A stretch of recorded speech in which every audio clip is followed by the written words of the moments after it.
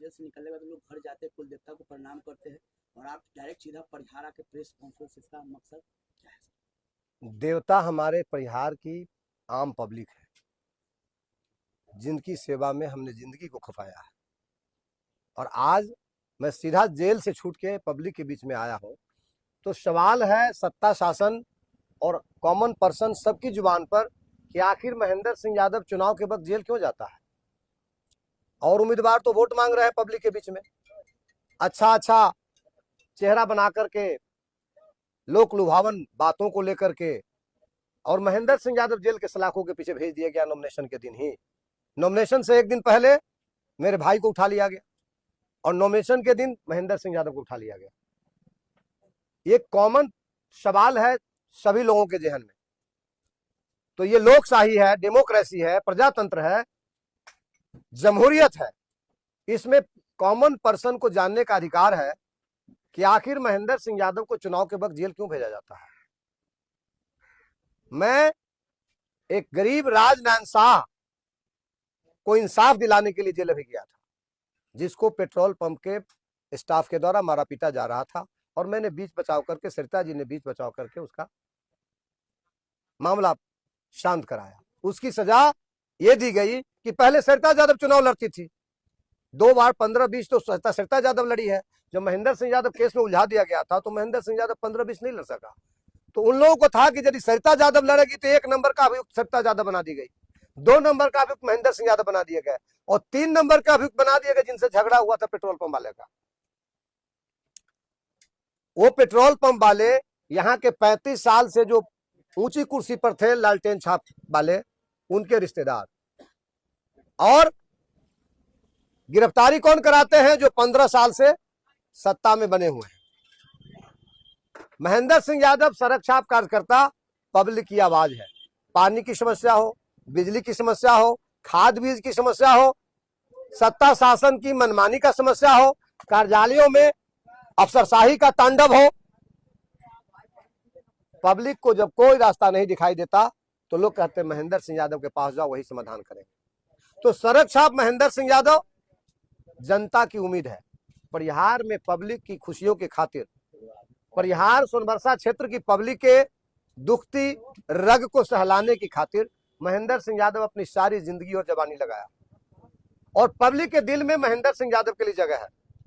इस पब्लिक को हम अपनी बातें ना सुना पाए और पब्लिक से हम रूबरू ना हो पाए, पब्लिक से ताकत लेने के लिए हम उनसे मिल ना पाए, इस साजिश के तहत हमारा नॉमिनेशन ही नहीं हो, इसलिए महेंद्र सिंह यादव को चुनाव के वक्त जेल भेजा गया।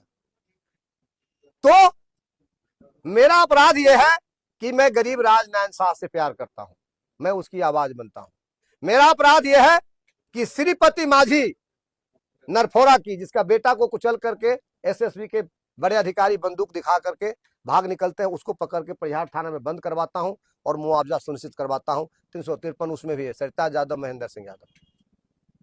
इसके अलावा बेतहा में एक महिला सांप काटने के कारण से परिहार आई, समुचित इलाज नहीं होने के कारण से उसकी मौत हो जाती है। पब्लिक का आक्रोश होता है, महेंद्र सिंह यादव उसमें पब्लिक के बीच आता है, तो 86-10 मामला दर्ज कराया जाता है। देखिए मेरे पास डॉक्यूमेंट्री में सब लोग आपको दूंगा। मेरे खिलाफ 7 केसेज हैं, जिसका डिक्लेरेशन हमने किया अपने नॉमिनेशन फॉर्म में।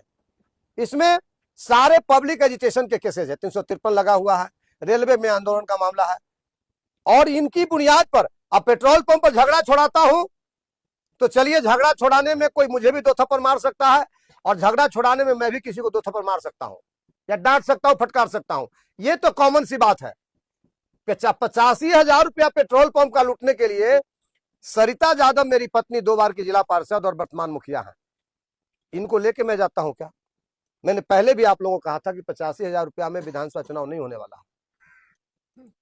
तो मैं ऐसा व्यक्ति हूं जो पत्नी को लेकर के 3 बार की जनप्रतिनिधि रही पत्नी को लेकर के 85,000 रुपया पेट्रोल पंप से लूटने जाता हूं, और सत्ता शासन के इशारे पर जो वरीय अधिकारी हैं, जिनको बार बार मैंने हवाला दिया सीसीटीवी फुटेज का, वहां 4 सीसीटीवी फुटेज लगा हुआ है, आप उसको देखिए। हमारी क्या भूमिका है, सरिता यादव जी की क्या भूमिका है, उस पर कोई उनका ध्यान नहीं जाता है। 18 को हमारा नामांकन है, 17 को हम एसपी महोदय से मिलते हैं और कहते हैं कि उस केस को आपने खत्म नहीं किया, फाइनल नहीं किया। तो हम लोगों को तो थाना वाले लगातार रिमाइंडर दे रहे हैं कि आपको गिरफ्तार करेंगे।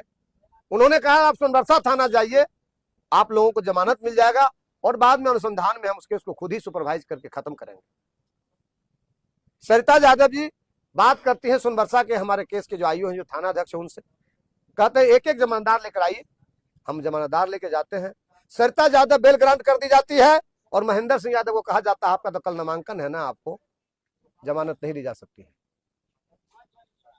हम जब वहां से निकल जाते हैं 1 घंटा में मेरा भाई किसान सलाहकार है उसको उठा लिया जाता है और प्रतीक्षा किया जाता है कि मैं थाना में जाऊंगा, बेला थाना में, तो मुझे डिटेन किया जाएगा, मेरा नॉमिनेशन रोका जाएगा। जिस केस में मुझे गिरफ्तार किया गया, यदि वो नॉन बेलेबल था तो 1 नंबर के अभियुक्त सरिता यादव हैं। इनको बिल कैसे ग्रांट किया गया थाना से और महेंद्र सिंह यादव को क्यों नहीं दिया गया? जिस दिन मेरी गिरफ्तारी हुई है मैंने वारंट मांगा है, कोर्ट का वारंट दिखाइए आप। बिना कोर्ट वारंट के आप कैसे किसी को गिरफ्तार करेंगे? तो कोई कोर्ट वारंट उनके पास नहीं, सिर्फ सत्ता शासन जिनका है उसके इशारे पर लठैत बनकर के पुलिस को काम करना है। हम दुखी इस बात से हैं कि आईएएस और आईपीएस जो होता है वो समाज का क्रीम वर्ग है। हर माँ बाप का अरमान होता है कि हम बच्चे को आईएएस आईपीएस बनाएं। उनसे न्याय की उम्मीद होती है। उन्होंने मुझे न्याय नहीं दिया, उन्होंने न्याय का गला घोटा।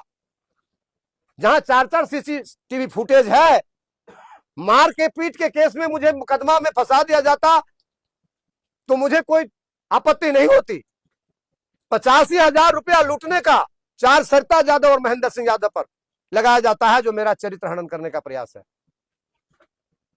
आरक्षी अधीक्षक महोदय, सीतामढ़ी के डीएम महोदय, आप उच्च ओहदे पर हैं, आपसे न्याय की उम्मीद करती है आम पब्लिक। जब महेंद्र सिंह यादव की आवाज आप कुंद कर देंगे तो आम पब्लिक को न्याय कैसे देंगे आप? मैं विधायक क्यों बनना चाहता हूं? क्योंकि ये पुलिस की जो मनमानी है, बिना तथ्य बिना आधार के आपको जो मन में आए वो आप लिख देते हैं। जिसको दोषी करना है, जिसको निर्दोष करना है, जिसका दफा तोड़ना है, जिसका दफा जोड़ना है। क्या होता है इंस्पेक्टर कार्यालय में, क्या होता है डीएसपी कार्यालय में? वहां पर सिर्फ दफा तोड़ा जाता है, दफा जोड़ा जाता है, नाम काटे जाते हैं, नाम जोड़े जाते हैं और वहां से जो उगाही होती है वो उगाही ऊपर तक जाता है। I am talking of irrespective of any authority. आप बिना फोरेंसिक एविडेंस के, बिना विजुअल एविडेंस के कैसे किसी को चार्ज कर सकते हैं, किसी को आप अपराधी साबित कर सकते हैं? आपने वीडियो फुटेज, सीसीटीवी फुटेज के आधार पर इंसाफ नहीं किया। आपने जो मेरे ऊपर चार्ज लगाया पेट्रोल पंप से पैसे लूटने का, आपने उसका क्रॉस एग्जामिन क्यों नहीं किया? आपने लाई डिटेक्टर मशीन से उसकी जांच क्यों नहीं की? हमारी जांच क्यों नहीं की? हमारी पॉलीग्राफी टेस्ट क्यों नहीं किया आपने?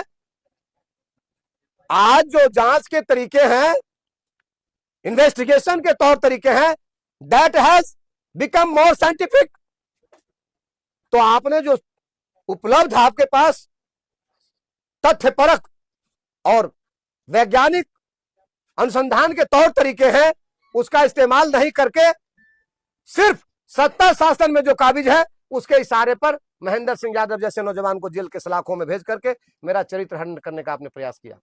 मैं इस सच्चाई से परिहार सोनबरसा की पब्लिक को अवगत कराने के लिए प्रेस कॉन्फ्रेंस बुलाया हूं।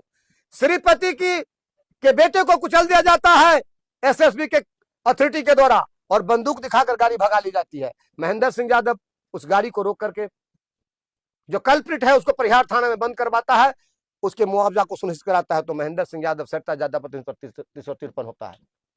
किसानों के फसल के मुनासिब सवाल के सवाल पर जब महेंद्र सिंह यादव आंदोलन करता है तो पैर हाथ तोड़वा करके इनकाउंटर की तैयारी करवाई जाती है। तत्कालीन सरकार के वरिष्ठ मंत्री जो 35 साल यहाँ काबिज थे, उनके निकटस्थ यूएन पंजियार बिहार में होम सेक्रेटरी थे सन 2000 में, महेंद्र सिंह यादव के एनकाउंटर की तरह एक तैयारी कराई, हाथ पैर तोड़कर जेल के सलाखों में डाल दिया जाता है।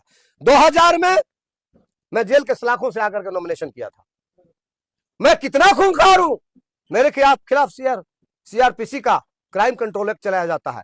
परिहार के खैरवा में, भिसवा में, जब छोटे छोटे बच्चों पर 7,48,000 बच्चों का छात्रवृत्ति का पैसा हेडमास्टर लूट लेता है, वहां का मुखिया उस लूट के पैसे से मोटरसाइकिल खरीदवा लेता है, और प्रियरंजन नाम का थानेदार 25,000 रुपया रिश्वत खा करके उस लुटेरे मास्टर से छोटे छोटे 7, 8 साल 10 साल के बच्चों पर लाठी चलाता है। तो महेंद्र सिंह यादव वहां ढाल बनता है और महेंद्र सिंह यादव पर गुंडा एक्ट का मुकदमा दर्ज कराया जाता है। तो यह अंग्रेज का शासन है क्या? इस अंग्रेज के शासन को कब तक जारी रखना चाहती है परिहार की जनता? मुझे क्यों जेल के सलाखों के पीछे भेजा जाता है? अपराधी बलात्कार करते हुए मारा जाता है, महेंद्र सिंह यादव पर 302 का मुकदमा ला दिया जाता है। 32 साल बाद उस हत्या के मुकदमा से महेंद्र सिंह यादव हाईकोर्ट से बाइज्जत रिहा हुआ है। मेरी सारी जिंदगी बर्बाद किया सत्ता शासन के इशारे पर उच्च पदस्थ पुलिस अधिकारियों ने। आप सत्ता शासन के फेवर के लिए महेंद्र सिंह यादव जैसे नौजवान की जिंदगी से क्यों खेलते हैं? आपको क्या उपलब्धि हासिल होगी? बिहार ने देखा है। मैं आप लोगों को याद कराना चाहता हूं, चंपा विश्वास तथाकथित रेप कांड। चंपा विश्वास एक सीनियर आईएएस अधिकारी की बीवी वर्षों तक, महीनों तक सत्ता शासन एक एमएलए के बेटा के साथ हमबिस्तर होती है, बच्चे भी पैदा होते हैं, अबॉर्शन भी होता है, और जब बात खुल जाती है तो बलात्कार का आरोप भी लगता है। कैसे संभव है कि एक आईएएस ऑफिसर की बीवी को कोई बलात्कार कर दे?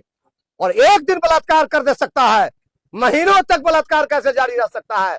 ये आईएएस आईपीएस जैसे उच्च पदस्थ अधिकारियों के मोरल डिग्रेडेशन का प्रमाण है कि आप जनता के सेवक नहीं होकर के, सरकार के नौकर नहीं होकर के, सत्ता शासन के उच्च पदों पर बैठे चोर चोटे बेईमान नेताओं के गुलाम बन करके काम करते हैं। ये हमारा चार्ज है। इस व्यवस्था को कब तक जारी रखा जा सकता है? परिहार में अंचल कार्यालय में क्या हो रहा है? अंचल कार्यालय कलेक्शन सेंटर है। किसी किसान का बिना पैसा का दाखिल खारिज होता है क्या? राशन कार्ड कार्यालय में 2,000, 3,000, 4,000, 5,000 पैसे जब तक आप नहीं देते, किसी गरीब का राशन कार्ड बनता है क्या? नहीं बनता है। रजिस्ट्री ऑफिस में आप जाइए, आप कागज पेश करेंगे, आपका कागज जांच में जाएगा। आप मनमाफिक मांग अनुरूप पैसे देंगे तो आपका जमीन 2 नंबर 3 नंबर में रजिस्ट्री होगा, वरना 1 नंबर में कैटेगराइज करके आपको ज्यादा से ज्यादा स्टाम्प भरने के लिए मजबूर किया जाएगा। यहां तक कि हमारे बच्चों के पठन पाठन के लिए या ऑफिशियल किसी यूज के लिए जन्म और मृत्यु प्रमाण पत्र के लिए चप्पल और एड़ी खिया जाता है पब्लिक का। वहां जाओ तो वहां जाओ तो वहां जाओ तो वहां जाओ, और जब तक पैसे नहीं लिए जाते तब तक गरीबों का जन्म मृत्यु प्रमाण पत्र मुहैया नहीं कराया जाता। इसी को सुशासन कहते हैं क्या? मैं ये सवाल परिहार की सोनभद्र की जनता पर छोड़ता हूं। आपको ये बातें बताने के लिए महेंद्र सिंह यादव आपसे रूबरू होगा तो जो सत्ता शासन में 35 साल पहले थे लालटेन वाले, उनकी भी पोल खुलती है। वो कहते थे कि सरकार का खाता बही हिसाब हमारे पास, और उस समय जो सत्ता शासन के शीर्ष में थे बड़े नेता, वो भी कहते हैं कि हमारे सरकार का खाता बही हिसाब किताब रामचंद्र पूर्वे जी के पास।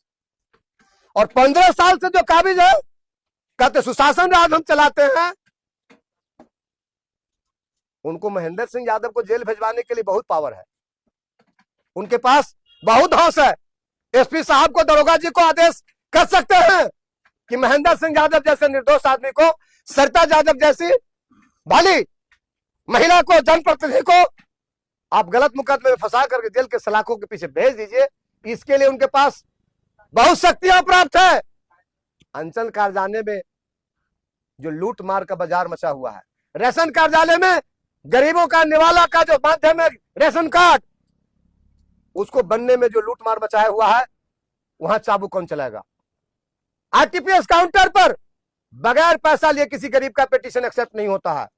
किसी थाने में कोई भला आदमी इज्जत से कुर्सी पर बैठकर थानेदार से बात नहीं कर सकता है। ये सारी विसंगतियां कौन उठाता है?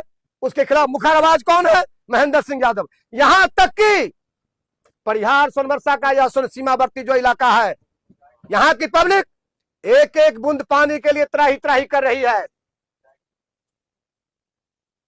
जब जलस्तर गिरने लगा तो 16-17 में बिहार की सरकार ने नल जल योजना का कार्यक्रम शुरू किया। सारी नल जल की योजना लूट ली गई। 65%, 60% काम शुरू होने से पहले कमीशन खोरी, और ठेकेदार जो पूंजी लगाता था 10-20% तो वो भी कमाएगा ना। तो 20 से 25% की लागत से जो नल जल की योजना चल रही है, उससे पब्लिक की प्यास बुझने वाली नहीं है। जब पब्लिक की प्यास बर्दाश्त से बाहर हो गई तो मैंने निजी स्तर से टैंकर चलवाए और पब्लिक की आवाज बन करके मैंने आवाज उठाया। तो क्या हुआ? नल जल की मरम्मत तेज हो गई।